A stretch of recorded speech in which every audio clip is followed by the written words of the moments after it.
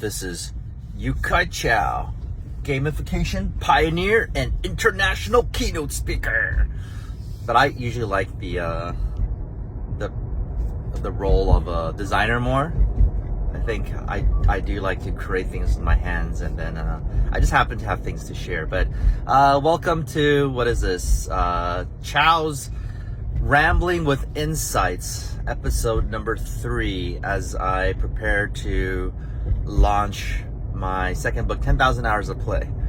And the book is basically turning our lives into a game with 6 steps. And first step is finding your game. Second step is knowing your attributes. Step 3 is to identify your roles. Step 4 is to enhance your skills. Step 5 is to build your alliances. And step 6 is to tackle your quests. And again, the book is written upon 3 pillars. Number 1, every successful person we have studied in history have aligned those 6 steps. And in our book, we have one for each step. So step 1, choosing your game, is basically Gandhi. Step 2, knowing your attributes, is Walt Disney. Step 3, identify or selecting your role, is Oprah. Step 4, enhance your skills, is Elon Musk. And step 5, that's building your alliances. There's 2 chapters. So one is Leonardo da Vinci, and then also Sun Yat-sen, which you probably don't know, but maybe some of you do. And step 6 is achieve your quest, which is Mary Curie. So every person we've studied, and also Steve Jobs, all these people, they have the 6 steps aligned, right? And so many of them, when they only had 5 steps aligned, their lives were not going so well. And it's only when they have 6 steps all aligned, we have 10K HP alignment, that's when their lives start taking off and becoming legendary. So that's pillar number 1. Pillar number 2 is that the goal of the book is that we want to create 1,000 more, Steve Jobs, Elon Musk, Mary Curie's, Leonardo da Vinci's in the world, because now people have a system, have a methodology to align their 6 steps. And, again, it's not just getting 1,000 readers, but some, results may vary. And so we think 1,000 people who achieve top results might be, at least something we can aspire to. I'm not going to say it's realistic. I think it's very possible. So I'd say it's a realistic kind of goal. And pillar 3 is, of course, you as the reader, if you end up reading my book, could be one of those 1,000 people, or you could just, be elevated. And when we say, like, achieve your legendary success, that's a terminology we keep using. Like, either achieving your legendary success or finding your legendary success. Sometimes we say, like,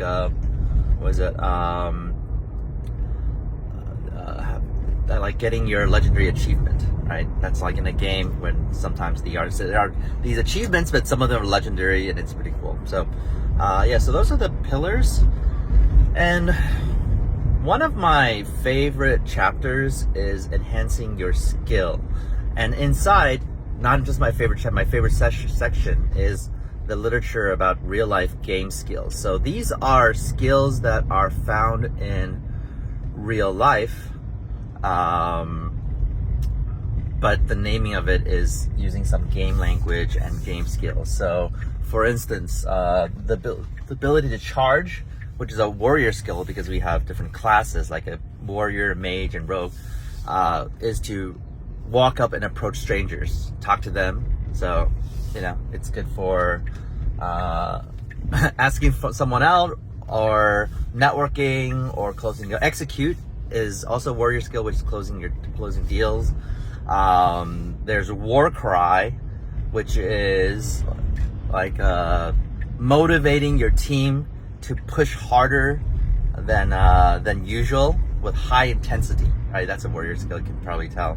One of my favorites is power leap, which I'm thinking about if I want to go to that store again. This is rambling with insights, right? It's a bunch of insights, but it's mixed with rambling. So it's like a lot of Yukai personality and hopefully some amount of Yukai insights, of course. But it's all 100% Yukai. You gotta like Yukai to enjoy these rambling with insights. All right, power leap, I might go into that, but you might be wondering about what are some other skills. So there's like thunderclap.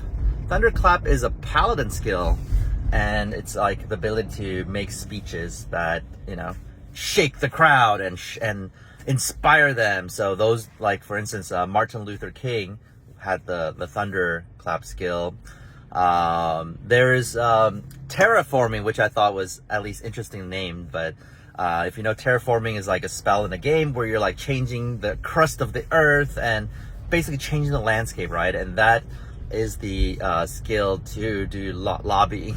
And so, and one of the examples I put in is one of the PayPal executives who later became CEO of Square. I think his name is Keith Rabois, if I pronounce, like, think about when you write a book, you never have to pronounce someone's name, right?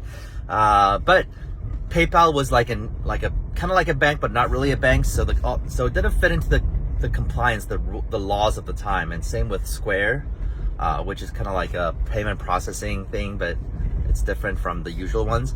So he had to go to lobby and talk to policymakers and push and change the law, change the rules and the compliance, change the basically the rules so that PayPal and Square became compliant, right? And so that is the power of terraforming. It's very powerful.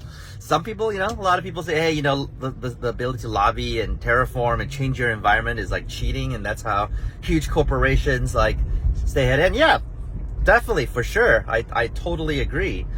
And that's a warlock skill, I believe, which is like not very it's powerful but not fair. It's all about winning. But you have to agree, it's very powerful. It changes if you can change your environment to make you win, then it's pretty strong. So terraforming is pretty interesting. There's another warlock skill, siphoning, which is the ability to suck knowledge out of people. So Elon Musk was very, very good at that. So he, you know, a lot of people's like, oh, Elon Musk has no real skills. He doesn't know how to do anything. You know, he just hires the best people. Well, first of all, he read the whole library, all the books in his library when he was like a teenager. So he has some skills, and he did have a double major from UPenn and got into Stanford. So he has some major skills. But according to his biography, one of the things when they interview his top employees, they said, hey, Elon Musk would just like corner you and start asking you a bunch of questions. And they goes really, and to the point that employee says when he walks away, he'll have 70 to 90% of your knowledge, okay? That's insane, right? If you have like hundreds or thousands of top employees, top talent in the world, and every time you walk away from them, you're siphon 70 to 90% of their knowledge. That's crazy, right? And so that's what they say Elon Musk has. Elon Musk has a lot of warrior skills and ranger skills and warlock skills, and you know he wins a lot, right? So anyway, I think we'll conclude here.